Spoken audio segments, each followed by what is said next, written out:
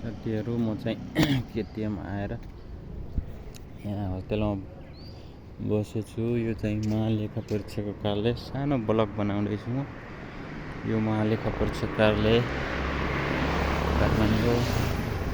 यो ठाउँको नाम चाहिँ अनाम नगर हो।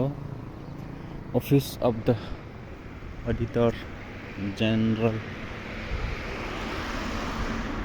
यो चाहिँ खानेपानीको ट्याङ्की, काठमाडौँ सहर। यस्तो छ ब्यालेन्स सिटी। यो चाहिँ लक्ष्य आयोगको कार्यालय जाने बाटो। महालेखा नियन्त्रकको कार्यालय जाने बाटो पनि यही रहेछ। यहाँ चाहिँ एकदम सफा ठाउँ छ। हजुरहरूलाई थाहा छ यो ब्यालेन्स सिटी एकदम रमाइलो ठाउँ छ। म चाहिँ यहाँ एक्सर्साइज गर्न आएको थियो। हजुरहरू यो देख्न सक्नुहुन्छ। यो चाहिँ काठमाडौँ उपत्यका विकास प्राधिकरण यस्तो रहेछ साथीहरू। मेरो यता पल्लो साइडमा चाहिँ यो चाहिँ सिंहदरबारको एरिया हो। यो पछाडिबाटको हो।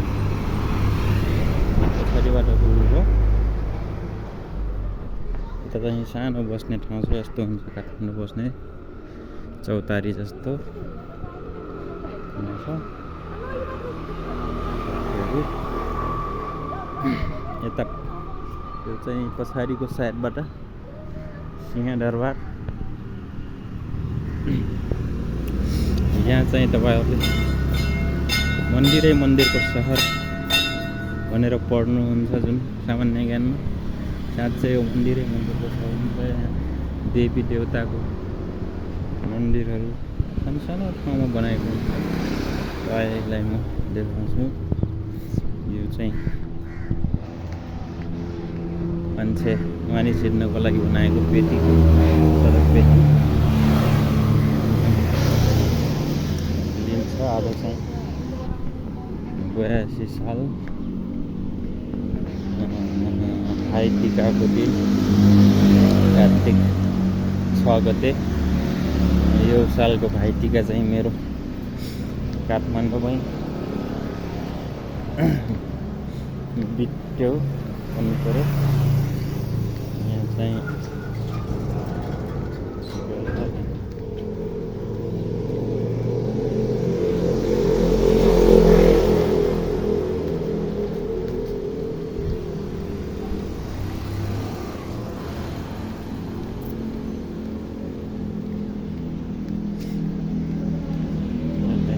अहिले फरेन पोइन्ट भन्ने एउटा रेस्टुरेन्ट चाहिँ खुलेको छैन,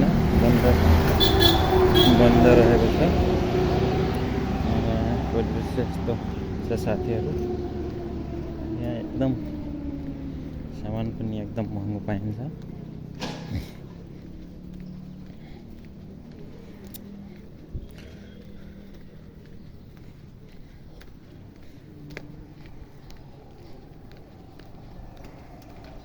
अहिले क्लोज गरेको